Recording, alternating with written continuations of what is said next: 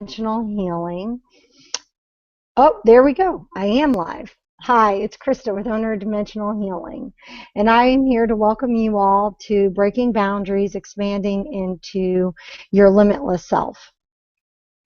Before I begin, I want to say welcome to those who are here. This is my first official class. I've done a few Google Hangouts, so I'm really excited to bring this to you. Before I begin, I need to go over a couple of house rules. I do have everyone's microphone muted, and that is so that we don't get any background noise. One of the things I've been learning is that with little motions, the microphones, they are so awesome now. They pick up everything, including the little noises. So I go ahead and I'll mute those. However, I do have a group chat open at the side of the screen. Please communicate there. And I am going to try very hard not to get distracted by it. I will stop and pause for Q&A, and then that's when I'll look in the group chat. However, I do suffer from shiny object syndrome, so hopefully we'll be able to keep ourselves out of there a little bit. Alrighty, it has been crazy around here. We have just, here in Sydney, Australia, got done having 3.5 days of major rainstorms. It equates to about, I want to say it was about 12, 14 inches at a whack. And so it's been really crazy. So my house is in the midst of trying to keep everything up. That is what explains the whirlwind behind me. So in any case, let's get going. So as I said, I am Krista, owner of Dimensional Healing. And Dimensional Healing, my main focus is connecting people with themselves. I am a transformational life coach and a healer. And so I approach things in a much different manner than others in teaching people to connect to themselves. I have 20 plus years of health and fitness background, plus I have a lifetime of leadership mentoring in my background as well. And so when I help people to connect to themselves, I do it in a pretty well-rounded manner. We approach things completely from the mind, body, and soul aspect. I firmly believe and I teach that if our mind, our body, and our soul are connected, I equate it to an equilateral triangle.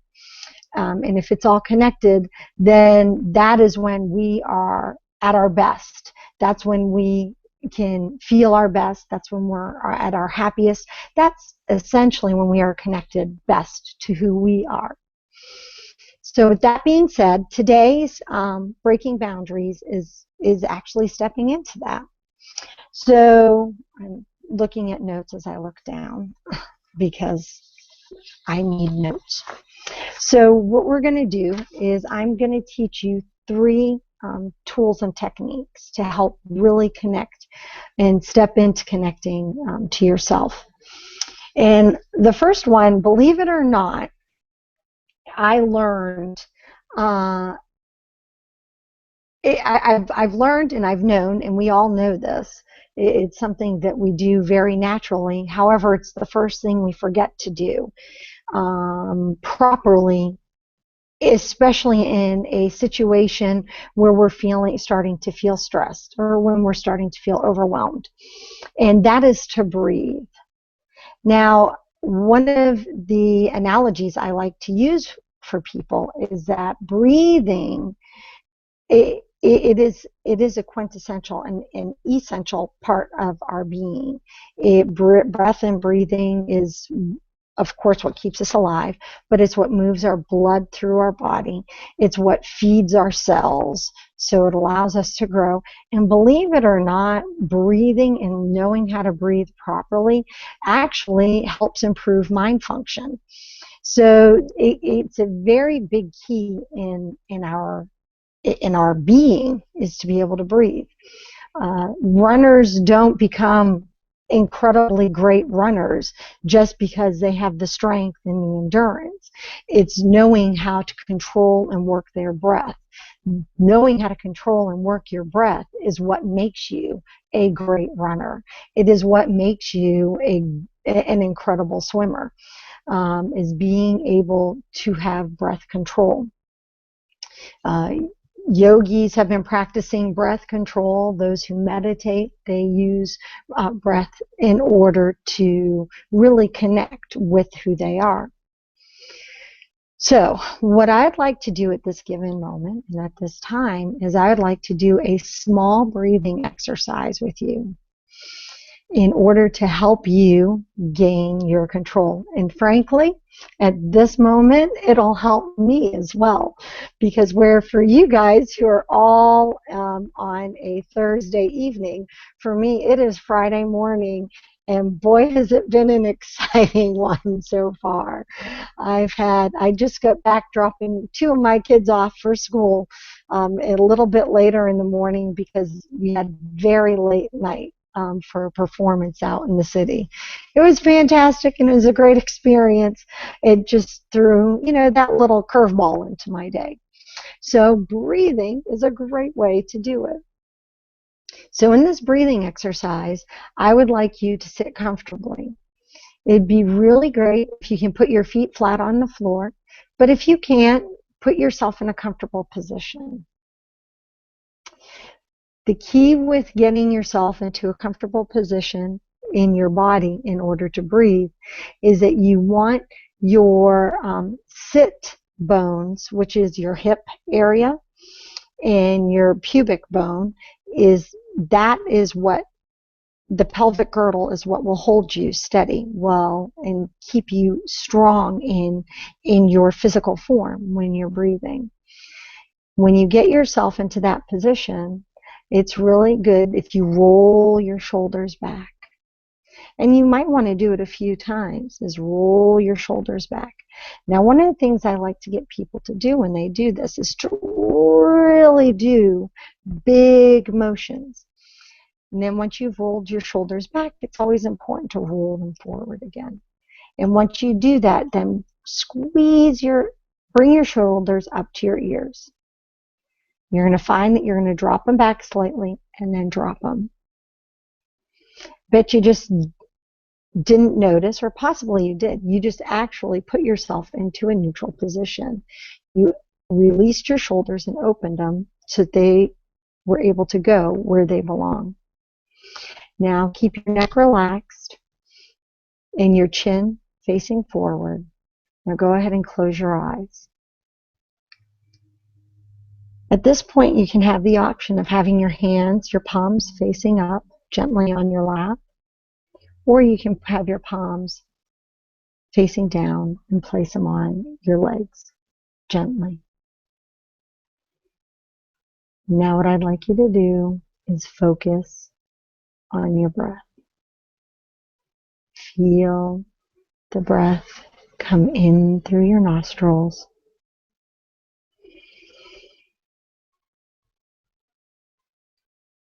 Hold it and release it gently through your mouth.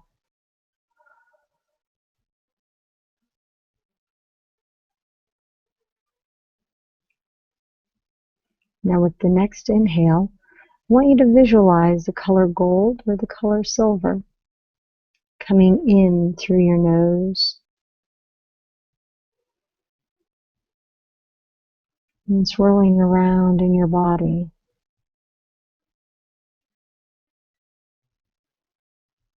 As you exhale, visualize the color black coming out.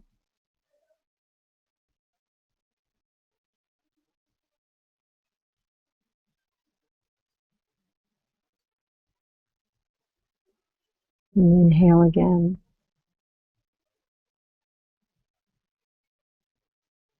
The silver or gold breath. And exhaling the black breath.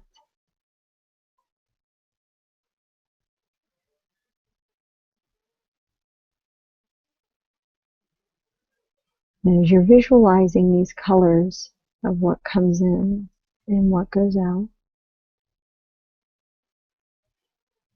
eventually the color that you inhale will become the color that you exhale. Because what you're doing is you're bringing the clean air and the clean energy in, and you're releasing all the stuff that you no longer need.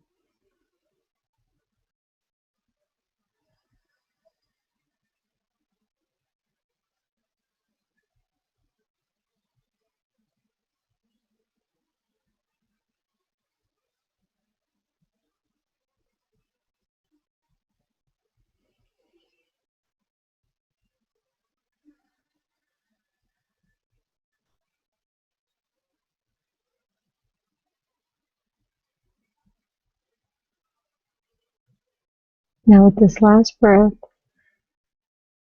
inhale and exhale, and start to come back to the present, as lovely and relaxing as that may be. Now, one of the things that I was doing while we were breathing is I was counting how many breaths I was taking.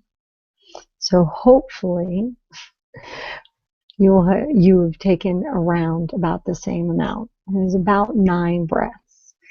Now, one of the things I love to teach everybody is that 9 breaths is necessary when we focus on our breathing.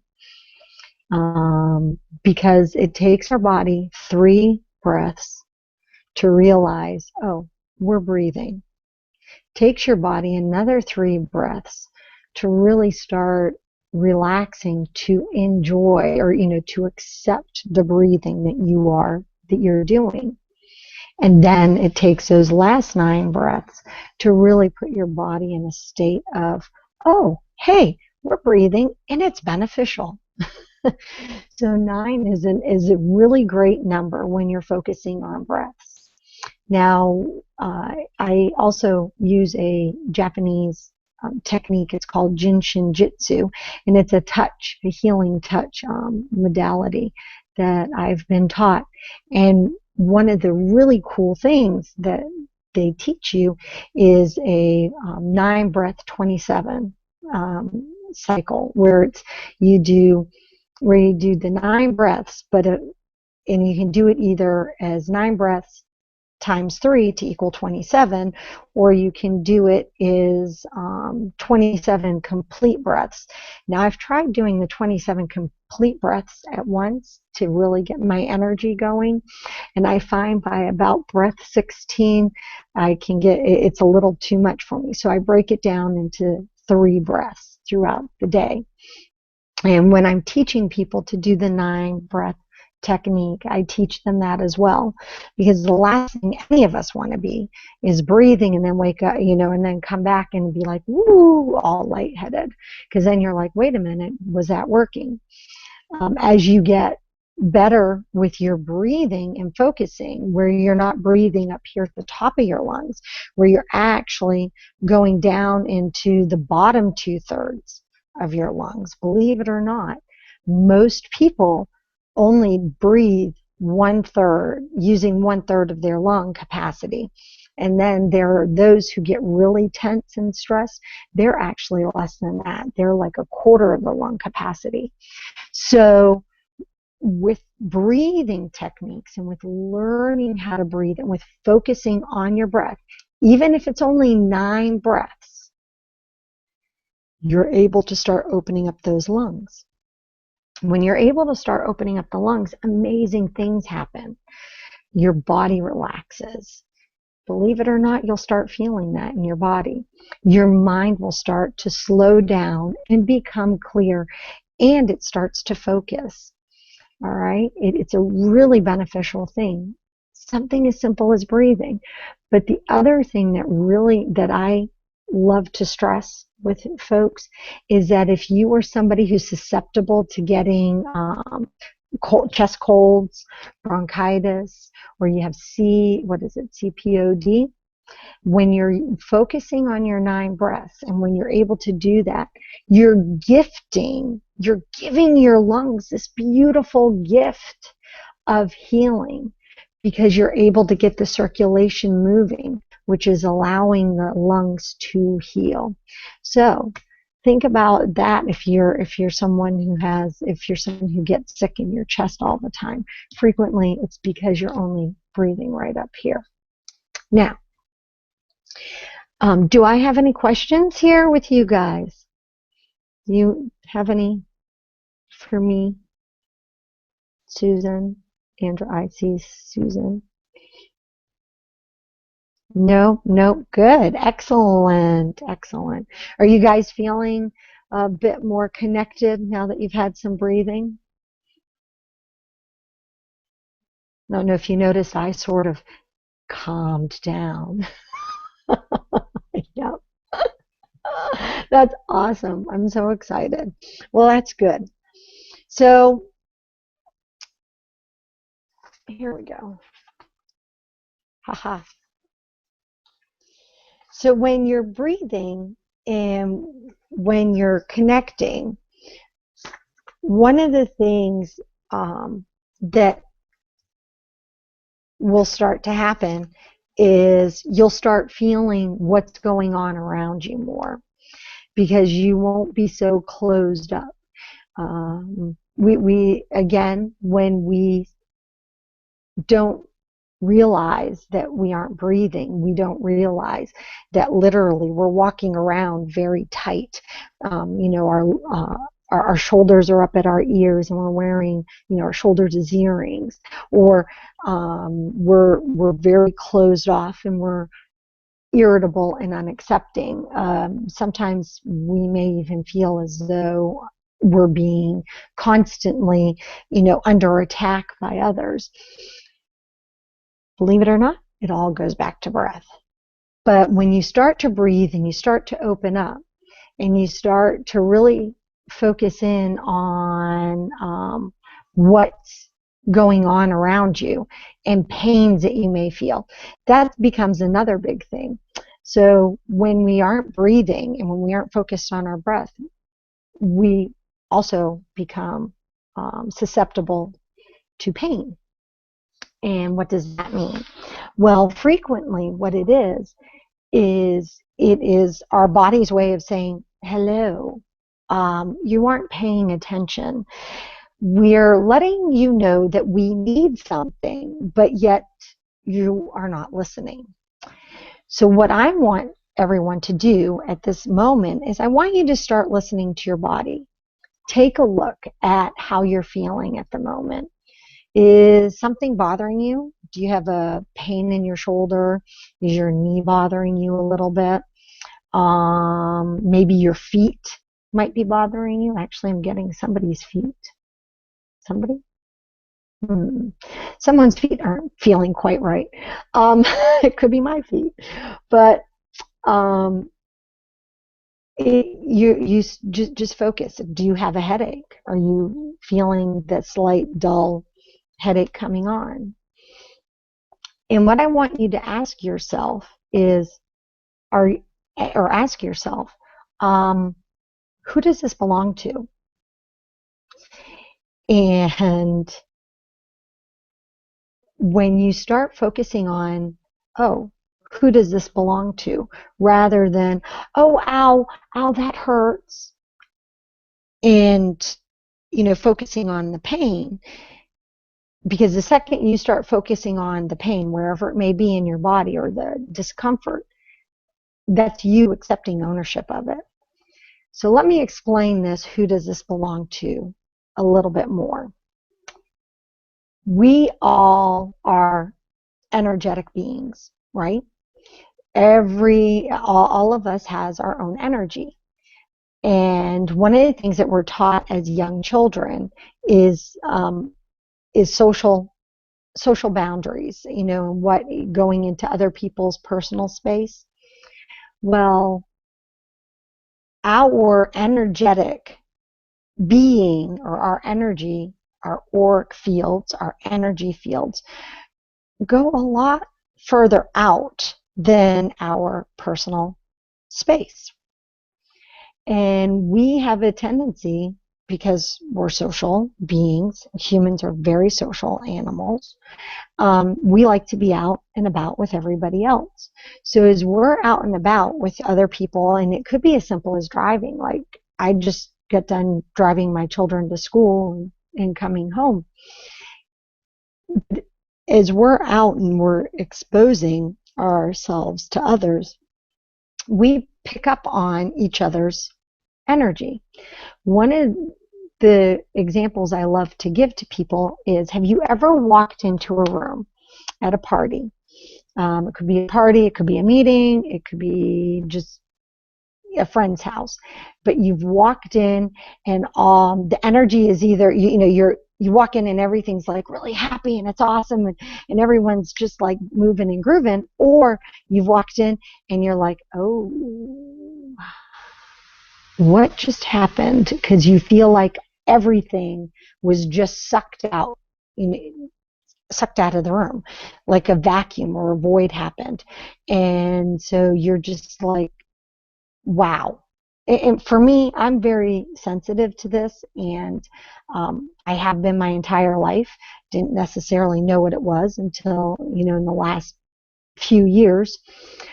But that is us tapping in to the energy around us. One of the other examples I love to give to people is, have you ever met somebody who it feels like you've approached them and you don't exactly know why, you barely know the person, but you feel like it's nails across a chalkboard or sandpaper on wood, that you are not meshing. Something, you can't quite place it, but it's just not meshing. Well, essentially what that is that your energies aren't matching. They aren't vibrating in an equal way, or even in a way that can that can balance one another out, or that is accepting for the other person. I don't know about you, but I also have had those experiences. Well, when you have these things, that's you, again, tapping into other folks.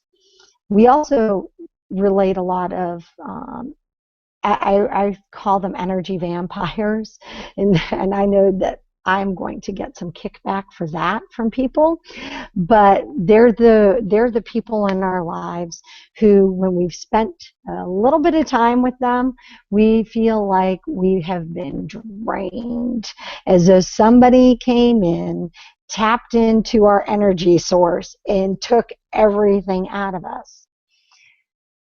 Well, those are those examples. That's another example of energy and how it affects us. Well, when we're around these people, especially if you're a happy person, I'm a very happy person, and I've always been a happy person. So people have a tendency, I have one of two things happen. I either have people are like, well, you're too freaking happy, and I totally can't be with you, near you, around you, bye for now. I'm okay with that. Or else, you have the other spectrum of people where it's like they want to be with you, they need to be with you, because that's how, that's what pumps them up, that's what gets them going. Well, and frequently what would happen when I was around my friends or thing, or folks who are, enjoying my happy energy, is I would feel like pulls or tugs at me, or pains would start to appear. And I'm going, what is all this? Why is it that I went and spent some time with so and so, and now suddenly, I have this pain going on in my shoulder, or I have this pain in my neck, or wherever it may be. Well, one of the things that I learned, I took a fantastic class called Access Bars, or it's Bars by Access Consciousness. And I was able to learn in there that it doesn't necessarily have to be mine. It could belong to somebody else, but it's being presented in my energy field. So what I've learned to do since then, and it has been magical, is that anytime I start feeling something, and I even teach this to my kids, a headache, knee pain, back pain, shoulder, whatever it may be, first thing I do before I grab Tylenol, Motrin, or anything like that, or even start using Reiki on myself, I'll say, who does this belong to? Now, if it's heavy, and it's, I feel the energy, and if it's heavy energy, which means it's weighing you down, oops, sorry, I just jumped. Something peeped. So I lost my train of thought. That happens.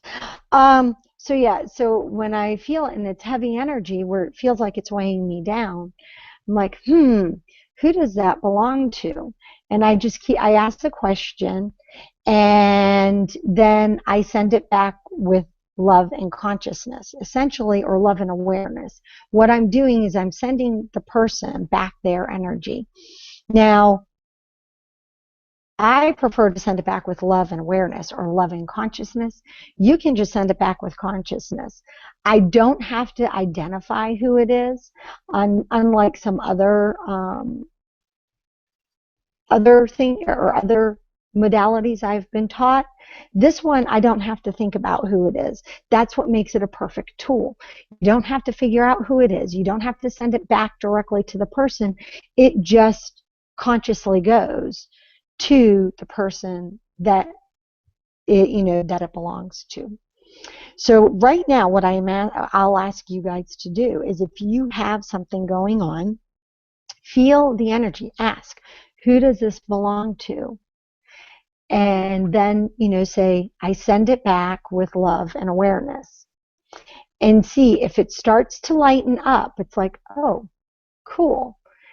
And then I keep saying it until it no longer, the same thing. I ask the question and then I send it back. I ask the question, I send it back, until I no longer feel it. Now, if you're feeling the energy is heavier and it lightens up and it just remains, yeah, guess what? That's yours. And that's for you to deal with. And it could be your body actually genuinely telling you, hey, you need to pay attention. And that's okay too. However, it's really good when you can establish if you're handling something that's yours, or if you're handling something that belongs to somebody else. How many times do we have something happen? How many times do we feel stuff happening on our bodies and happening to us that we take ownership of, that really doesn't belong to us? I mean, how much better could our life be if we could understand what was ours and what was someone else's? So take a moment and see. Oh, it's your back right now, Andy? See if it belongs to you. Ask, say, who does this belong to?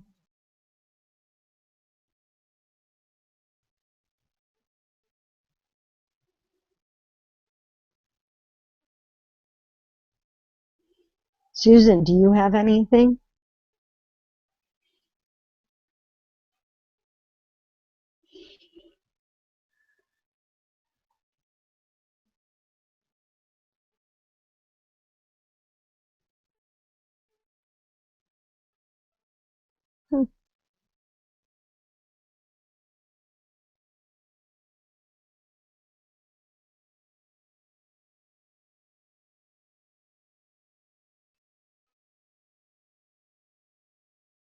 Oh, Susan, I'd definitely ask who that swelling belonged to.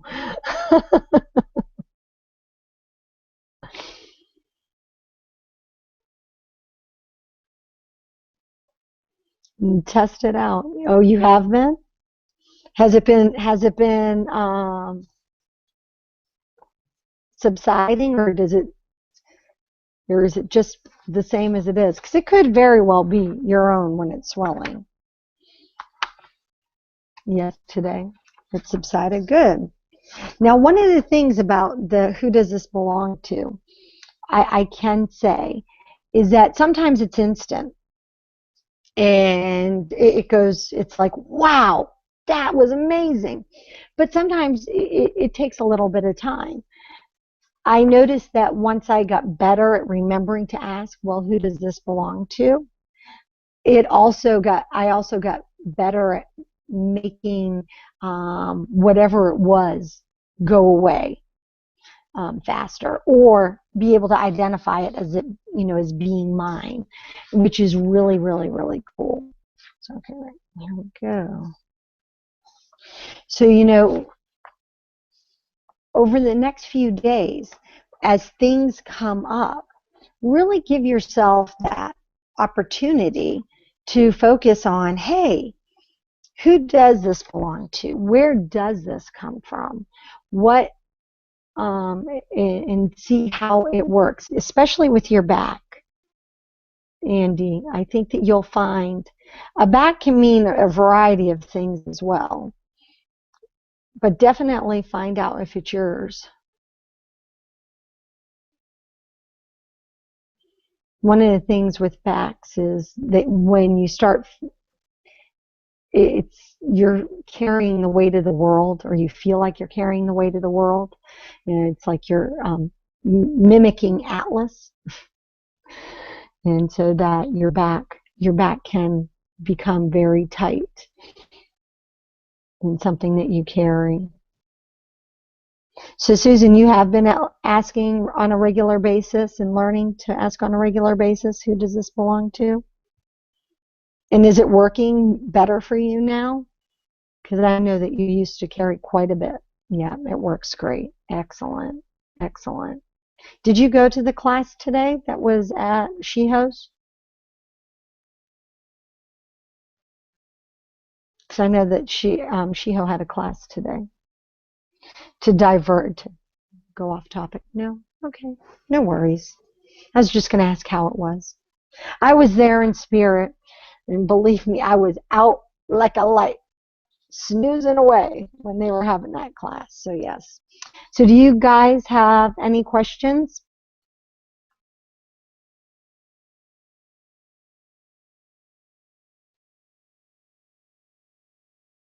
Not so far. How about you, Andy?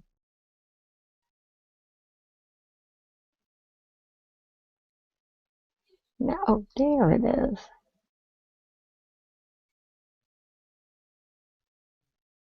Not yet. You're curious. Do you ever get caught up in who does it belong to? That's a great question. You can. And that the cool thing about that process is you aren't supposed to get caught up in who it belongs to. Because if you actually think about, if you really think about it, does it matter who it belongs to, and does it matter why it comes to you? When you start going into that, down that road, typically it's our ego that's like, hey, I have to be in charge, I have to know what's going on. But when you start to let go of things, and when you start to let go of the need to be in control, it's amazing how it starts to not matter, because essentially you want to let it go. You want to let it go, as in you want to know. As in you do want to know. You can. That's a different process. Typically what I tell people is, well, not for me, if there are times I will know who the energy belongs to, because a face or a name or a situation will come to what I refer to as my knowing.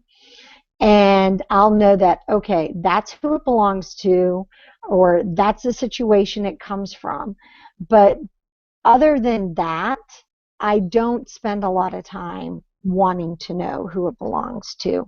Because once I go into wanting to know who it belongs to, then you feel that obligation or that need to want to fix it.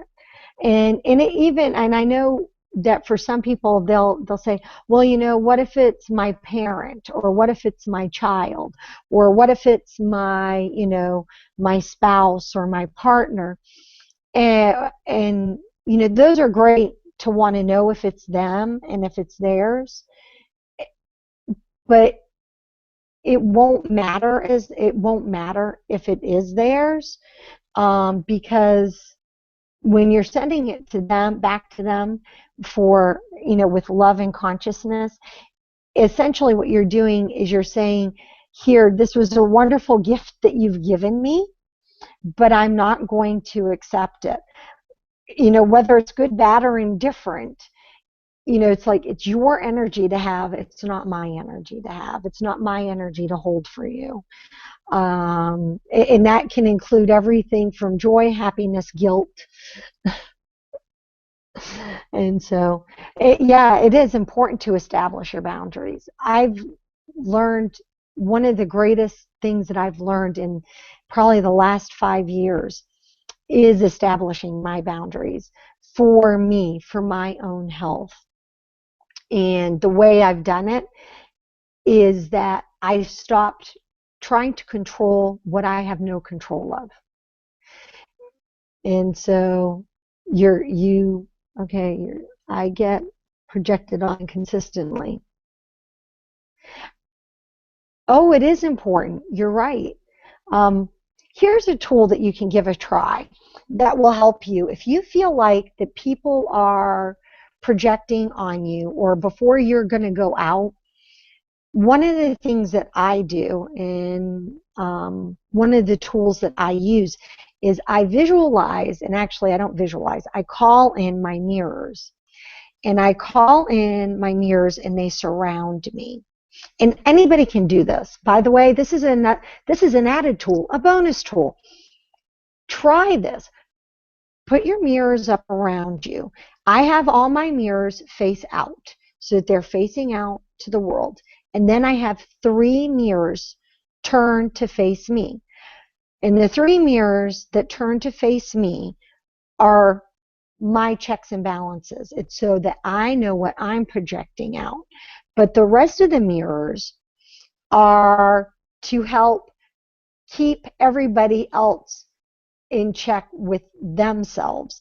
In other words, it lets them know that their energy that they're projecting onto others is not accepted. And I found that when I do this, I do it especially when I'm going into large social situations. And I don't have to do it nearly as much now as I did when I first started learning to do it. But when I go into social situations and I want to make sure that I'm able to be in the present, in the now, with the people that are there, because that's really important. I find that now that I've learned how to do this, I can be far more fully engaged with people, because I'm not worrying about everything else that's going on. And it wasn't like I was intentionally wanting to be worried about everything else that was going on. It was more a case of, because everyone else's energy was tapping into me, and because I just frequently I just felt like I was, a ball on a tennis court, because things were pinging back and forth onto me, and so yeah. But the mirrors really, really, really help. And I find that, especially when I'm surrounded with negative people.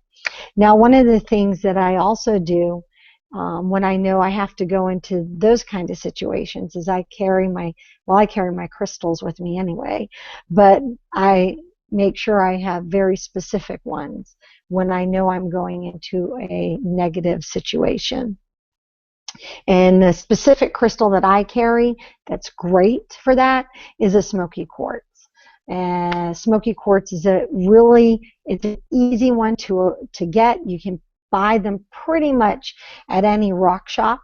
And if you guys are needing a rock shop, let me know, because, well, I'll let you know.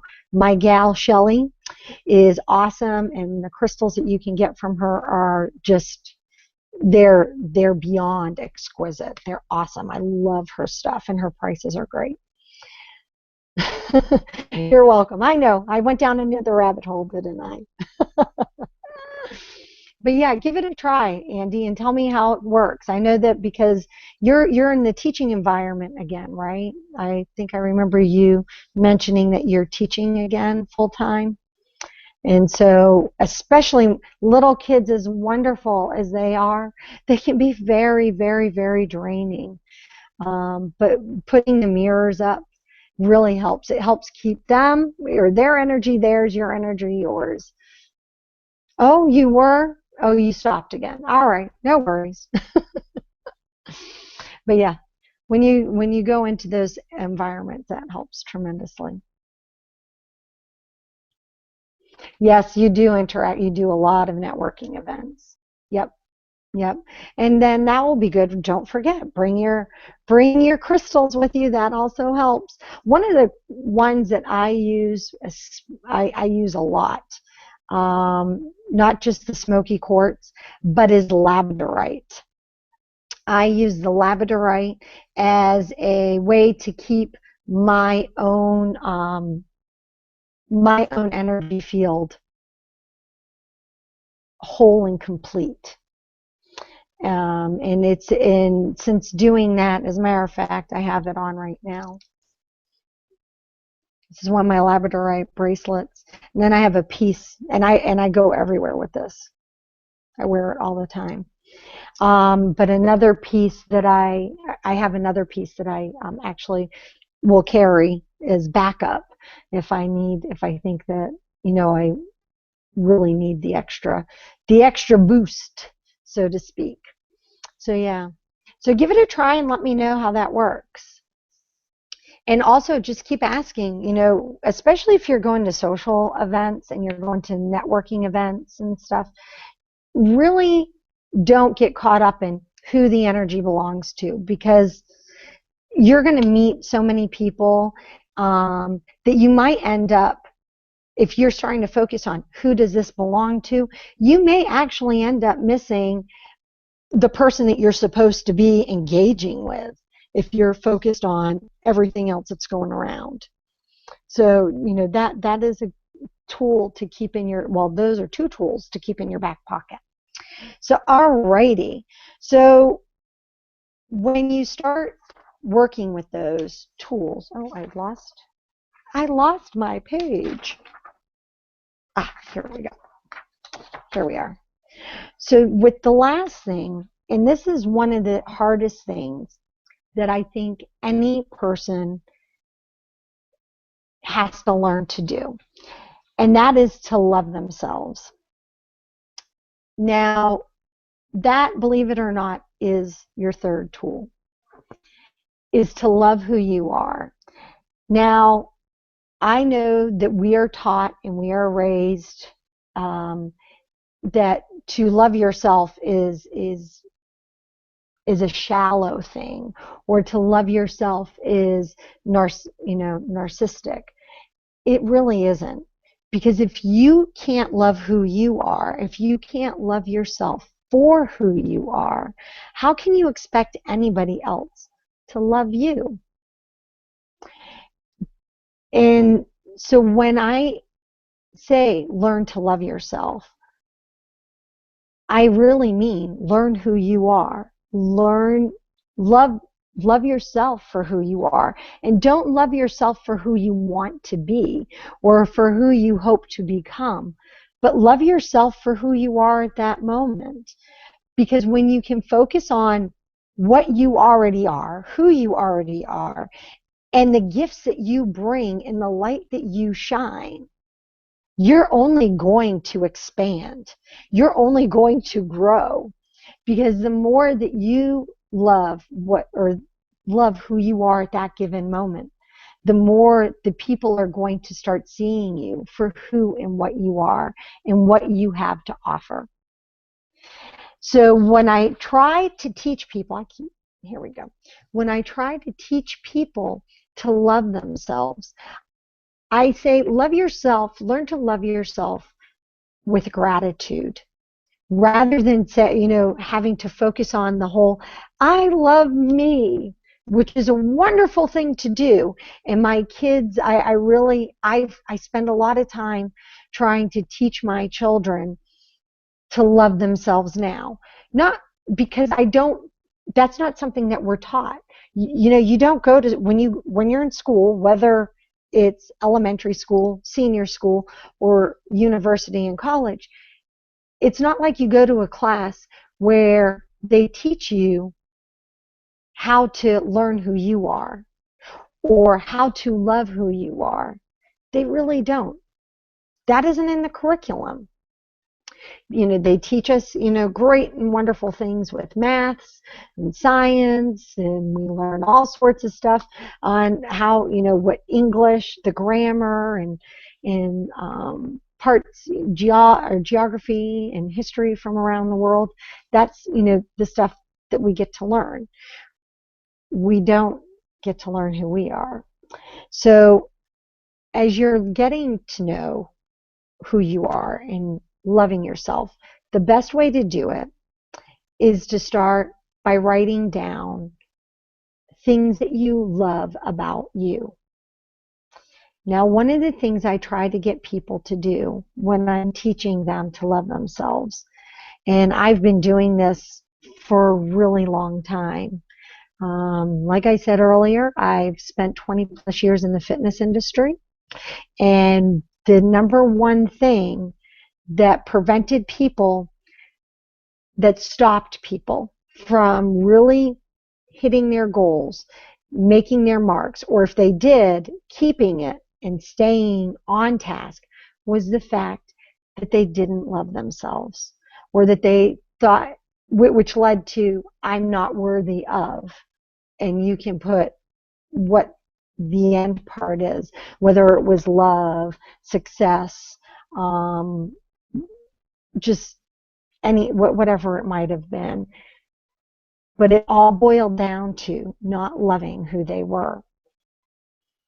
And so when I'm teaching people, and like I said, I've been doing this for a really long time now, and I just never realized that that's what I was doing.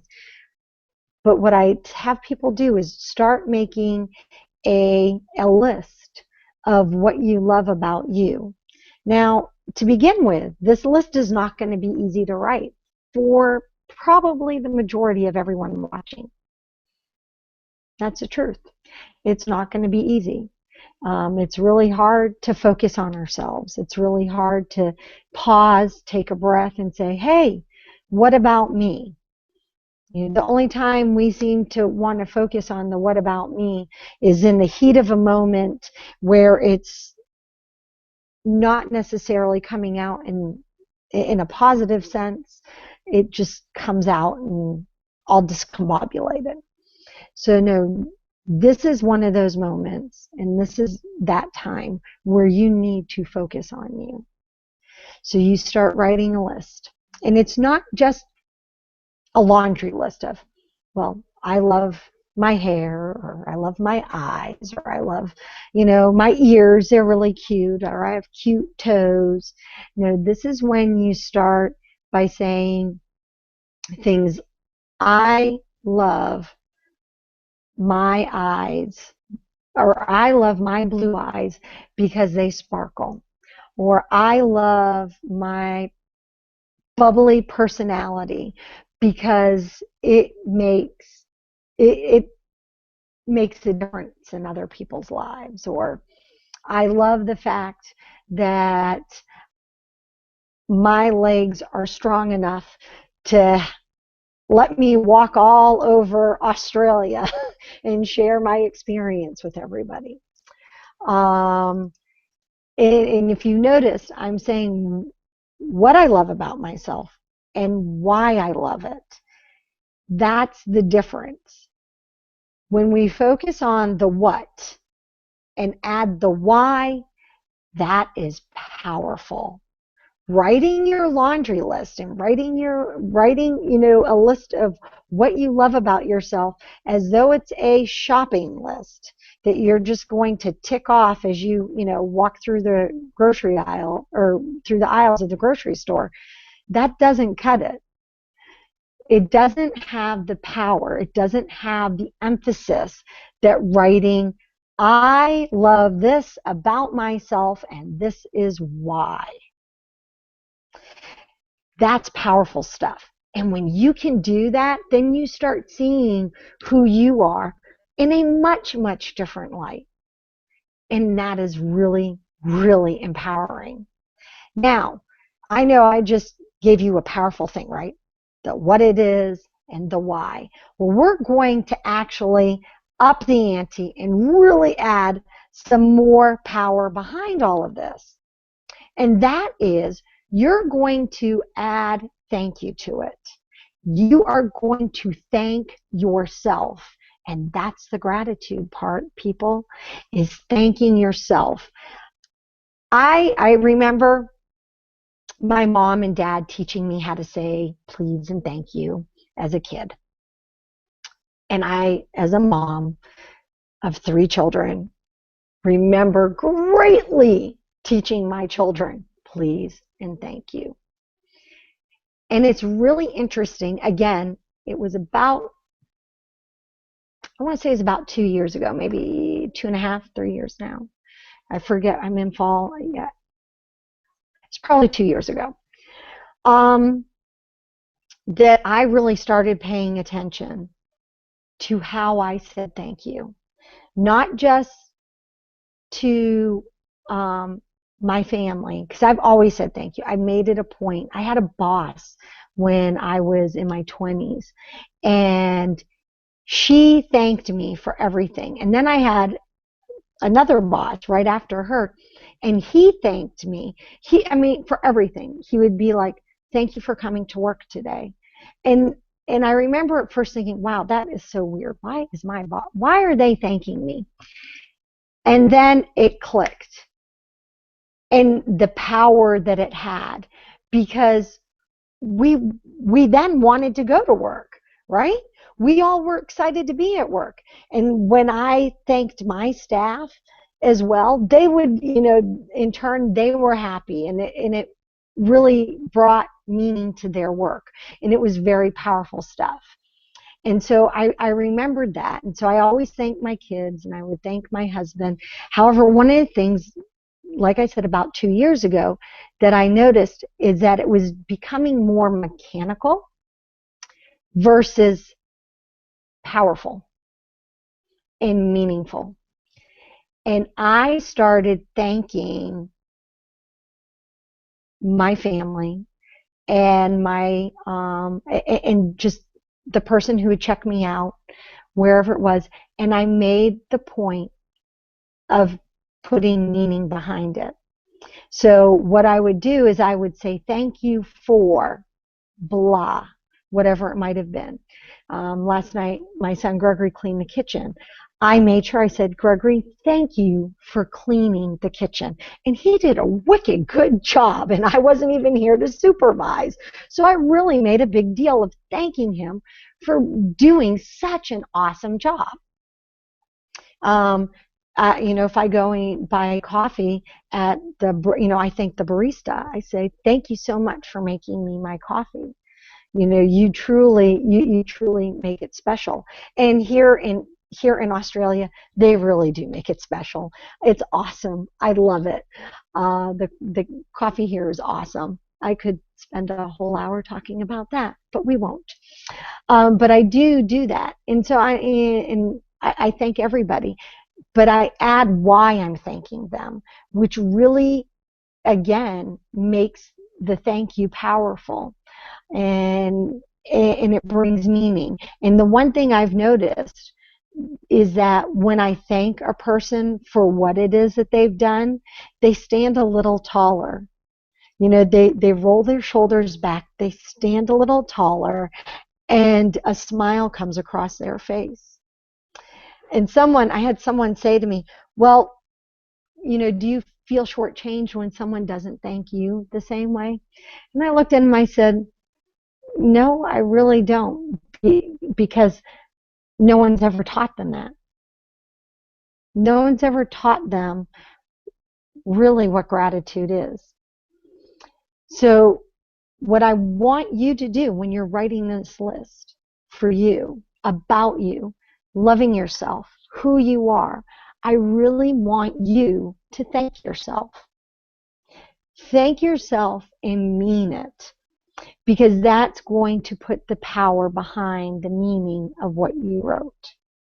Okay? So the 3 tools that you have that will help you break what binds you. Essentially, breaking boundaries is breaking what binds you. We walk around in this world of these boxes that people put us in and want to contain us in. I've never done well with people putting me in a box. That doesn't work well with me. So I've always expanded beyond. I think out of the box. You neither. That's right. I think out of the box, and then I try to teach those around me how to be out of the box as well. Who says that you have to follow a set standard all the time? Yes, I am a firm believer in rules. I do follow rules, social etiquette, all of that. I don't think that we, need to go around creating chaos. However, I do believe that it's okay to walk your own path. It's okay to find your path, to create your path. And when you can start expanding out and discovering who you are and connecting to yourself, it's amazing what starts to happen.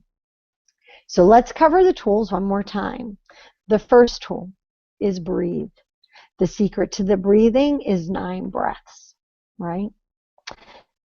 Tool number 2, ask, who does this belong to?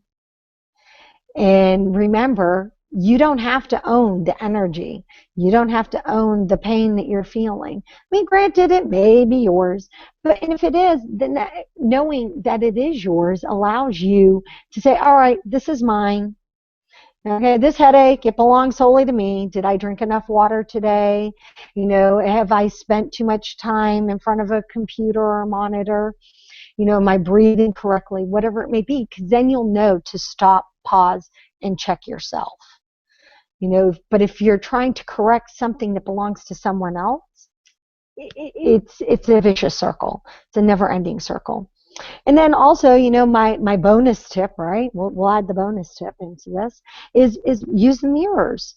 If you know you're going out to do something, you're going to school, you're going to a networking meeting, use the mirrors. My key is I always set the mirrors up around me. And then I have, so they reflect out, and then I have 3 that face me in. You may decide that you only need 2 mirrors facing you in. You may also decide that you're in one of those situations where you need all the mirrors facing out. And that's okay. Do what's right for you. Feel it out. Feel what feels comfortable. And then the last tip is learning to love yourself, but not just learning to love yourself in a laundry list kind of way, but really a meaningful and powerful way. Really expand into who you are by loving yourself with gratitude, and by being grateful for what you can provide you. And just by following these simple tools and these simple rules, you're going to find that you are going to be able to develop into this incredible, incredible, incredible person. Now, with all of this being said, I am getting ready to start a class. It will begin on Google Hangouts, just like this, in May, and it will be May 6th in the evening. It's a Wednesday, the first Wednesday in May, and it's going to run for 4 weeks. And it's called Journey of Self-Discovery, Discovering Your Truth. And what we're going to do during these 4 weeks is we're going to break it down into 4 parts, well, 3 major parts with a 4th part as our wrap-up. And we're going to break it down into the mind, and we're going to break through the barriers of our mind in order to start connecting to who we are. Because we have to reprogram our thoughts. If we're trying to figure out who we are, you know, we've had people telling us for how long who we are, what we need to be, you know, what's expected of us. And let's not forget, you know, what society and the media decide that, hey, by the way, you need to be blah, blah, blah. No, we need to reprogram the mind. So the first week, we're going to go down the path of the mind. And the second week, we're going to explore into our body, because believe it or not, the body is just as important. Actually, like I said, I'm a firm believer, mind, body, soul. So if we've done the body or mind and we do the body, the third week is going to be the soul. And the reason why I make the soul or our spirit the last connection is because you have to break through these barriers. You have to connect the mind and the body in order to really start hearing what your soul's saying, in order really to connect with what it's trying to tell you, who you are, what excites you. Because frequently we start to shut down all that stuff, especially if we're stuck in the mind, in the head of what everyone else wants us to do, what everyone else is expecting of us. And so, you know, we need to, that's how we're going to do. We're going to go down this path. And during the 4th week, we're going to wrap it all up. We're going to bring it together, and so that we can then say, hey, I have a roadmap of who I am. I know what my truth is. I now know I can let the world hear what it is that I want, where it is that I'm going, and be the joyful, happy self that I know that I am meant to be. It's going to be an amazing thing, because not only are we going to have those 4 classes, and they'll be Wednesday nights, like I said, 8 o'clock on the East Coast of the United States. Not only are we going to be doing that, I am also bringing in at least 2 people to do an additional call. It'll be a Google Hangout call, and to talk about their journey and how they found who they are and the path that they took.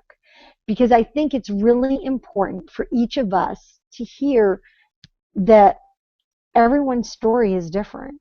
That just because my story is one way doesn't mean that that has to be yours, and that finding your truth has to happen in this way. So in any case, it's going to be exciting. It'll be a 4-week thing, and I'm really excited to be offering it. The class is discovering, journey of self-discovery, finding your truth, and it's going to be 4 weeks.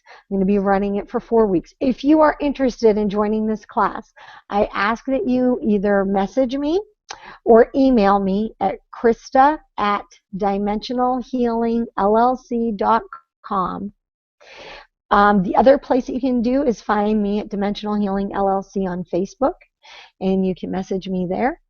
And I will send you the link. It will be a separate link that you can connect to. I am still working on getting my computer to talk. At the moment, I discovered that my links aren't quite as linked up as I thought they were. And so, yes, if you aren't hearing from me within 24 hours, it's not because I'm ignoring you. It's my links aren't talking like they're supposed to be. My IT person is coming to help me. But the course is going to be $111 and for this 4-week, and I'm really excited to do that. Now, on to a bonus that I said that I was going to do. About 3 years ago, I started doing this, and I have to say I can't take full credit for it. I learned it from Hibiscus Moon, but I've added my own twist to it. And actually, I am getting ready to add a very big mega twist to my Abundance Mojo bag, because here in Australia, they do not have small denominational bills. Our smallest bill here is a $5 bill. I recommend doing this with $1 if you have them, or $2. So you need 8 of them. And I'm grabbing, hold on, I'm going to show you what I'm using. I'm using coins because that's what we have for our $1 and our 2 here. This is a $1. Whoops, there you go, so you can see it. It's a $1 coin. It's about the size of a US quarter. All right. And then I have a $2 coin. So I'm going to be using eight coins, and 5 of them are the $1. And 3 of them are the $2. So you need 8 bills or 8 coins. And then what you need are 8 stones, crystals or stones. Now I'm going to tell you my favorites that I like to use, and I'll show you examples of them. And then I'll explain what we're going to do. The stones that I pick are usually abundant stone, or the abundant stones, and they correspond to attraction of either, well, they all aren't, I guess, attraction, but they correspond to the money sector or the abundant sector in terms of abundance coming in. Now remember, abundance doesn't always relate to money. And when you start seeing the abundance around you, it makes understanding this a lot easier.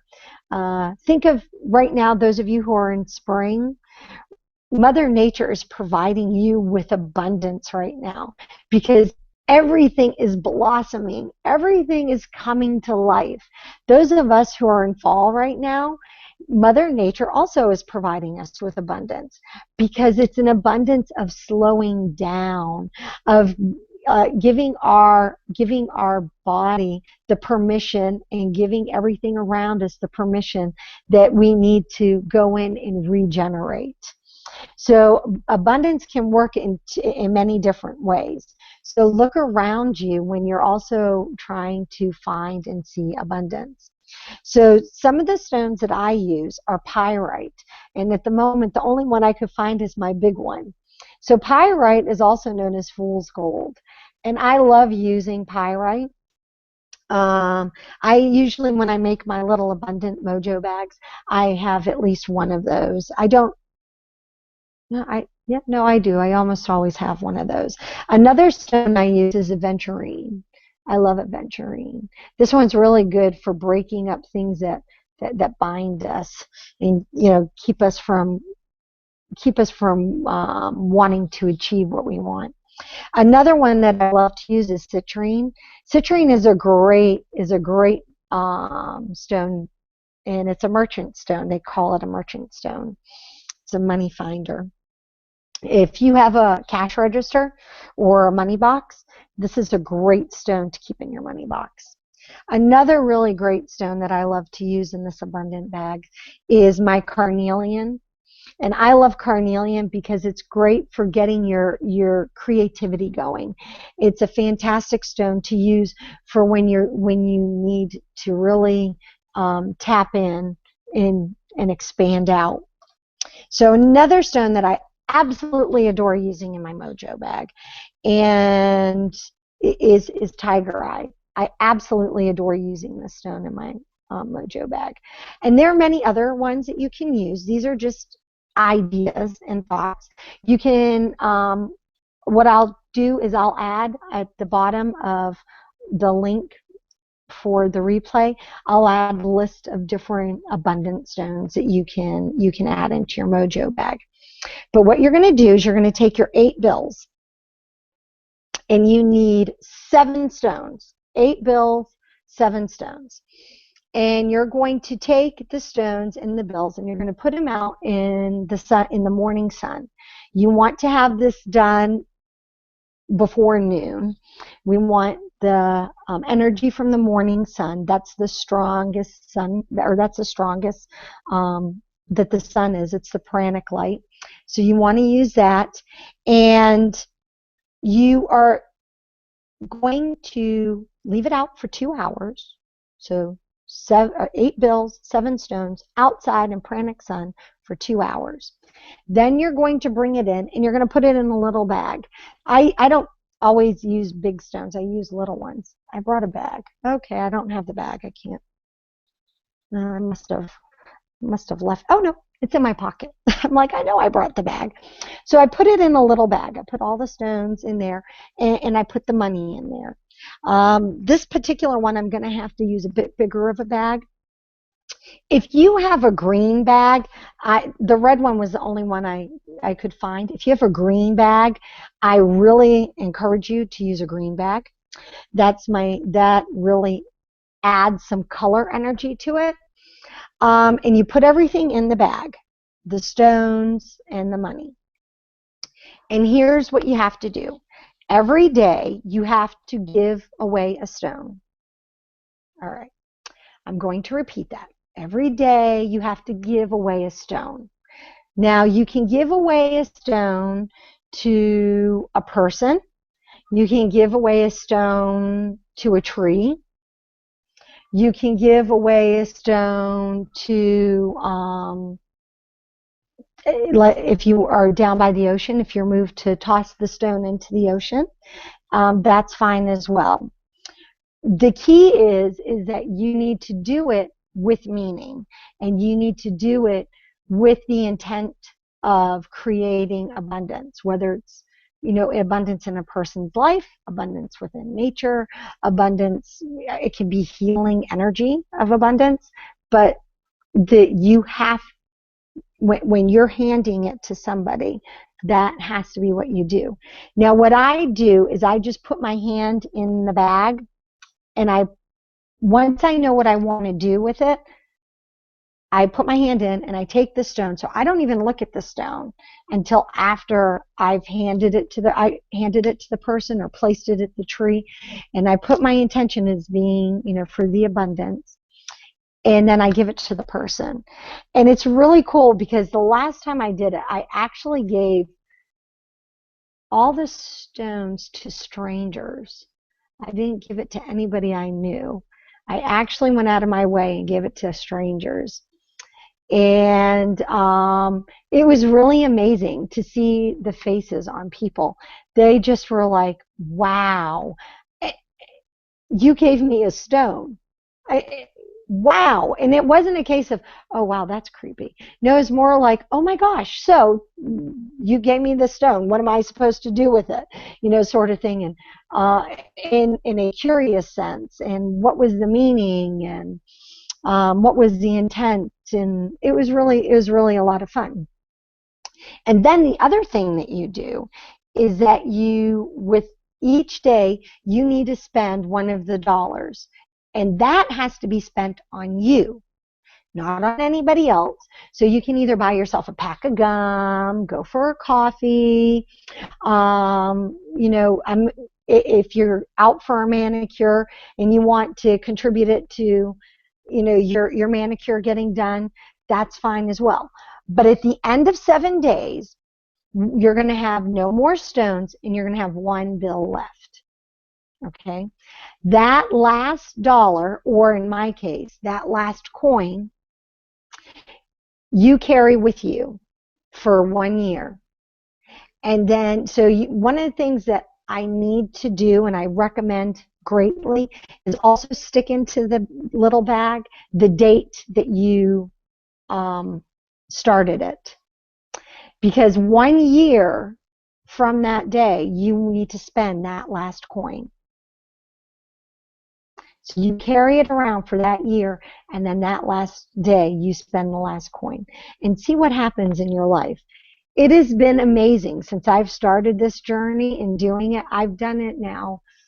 Oh, 1 year I did it twice in 1 year. So I think I want to say I've done this 4 or 5 times. And it's been amazing. It's been an amazing journey. I have so much fun when I do it. And so that's why I want to share it with you. Because it's really a lot of fun to do. When we start spending time focusing on our gratitudes in life and on the abundance in our life, it's amazing how much more comes flooding into us. So with that being said, do I have any questions from you guys?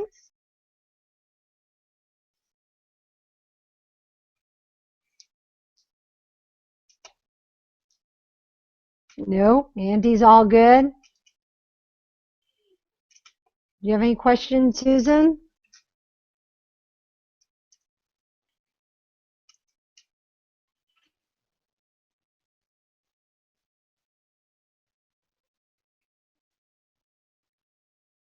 No, just ready to spend my dollar. Oh, yeah, that's right, because it's been a year since you created your Mojo bag, hasn't it? Yeah, it's been a year, so here you go. Create a new one.